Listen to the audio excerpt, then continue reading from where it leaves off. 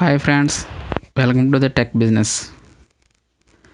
నా యొక్క వీడియోలని మీరు రెగ్యులర్గా ఫాలో అవ్వాలంటే ఈ యొక్క ఛానల్ని సబ్స్క్రైబ్ చేయండి. మీరు సబ్స్క్రైబ్ చేయడం వల్ల నా యొక్క వీడియోలని మీ యొక్క మెయిల్ ద్వారా పొందవచ్చు. ఓకే ఫ్రెండ్స్, ఈరోజు టాపిక్ ఏంటంటే చేపల పెంపకంలో మెలకువలు. సాధారణంగా మంచినీటి చేపల పెంపకంలో మన ఆంధ్రప్రదేశ్ ప్రథమ స్థానంలో ఉంది. గత 2-3 దశాబ్దాలుగా చేపల పెంపకం గణనీయంగా పెరుగుతూ వస్తుంది. చేపలలో విశిష్ట పౌష్టిక ఆహారం విలువ ఉండడం వలన మానవాళికి ఆరోగ్యకరంగా శక్తి వీటికి ఉన్నది. మన రాష్ట్రంలో ఎక్కువగా రైతులు కట్ల మరియు రోహు చేపలను పెంచుతున్నారు. కట్ల అనగా బొచ్చె, రోహు అనగా శీలవతి.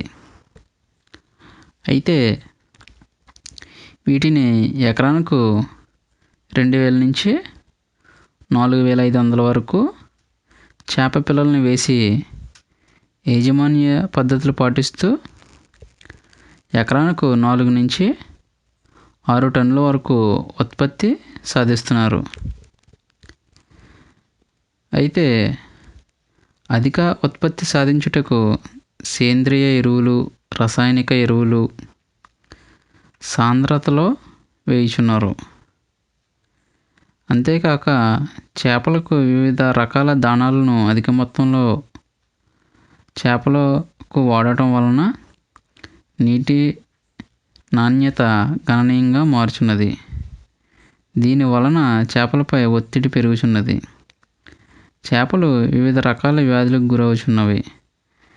ఈ వ్యాధుల వలన చేపలు అధిక సంఖ్యలో చనిపోవడమే కాకుండా పెరుగుదల కూడా గణనీయంగా తగ్గుచున్నది. దీని వలన చేపల రైతులు బాగా నష్టపోతున్నారు.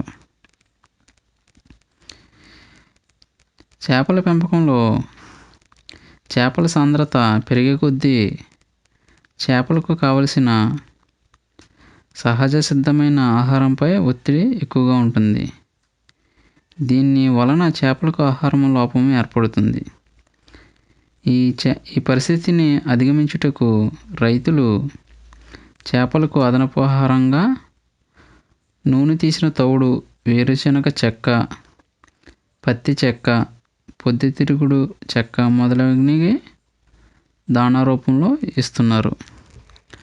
అయితే ఈ యొక్క చేపల పెంపకం అనేది చేయడం వల్ల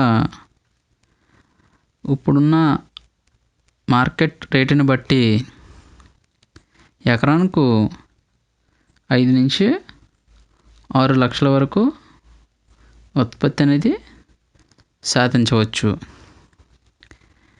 చేపల పెంపకం చేపట్టాలి అనుకునే వారికి ఇదొక లాభదాయకమైన వ్యాపారంగా చెప్పుకోవచ్చు. అయితే ఈ చేపలకు కొన్ని వ్యాధులు సోకుతూ ఉంటాయి. వాటిని ఎలా అధిగమించాలి అనే దానికోసం నేను వేరొక వీడియో చేస్తున్నాను, అది మీరు చూడండి. అయితే ఈ యొక్క చేపల పెంపకం అనేది లాభదాయకం కాబట్టి చేయాలనుకునే వారు ఈ యొక్క చేపల పెంపకం ద్వారా అధిక లాభాలను పొందవచ్చు.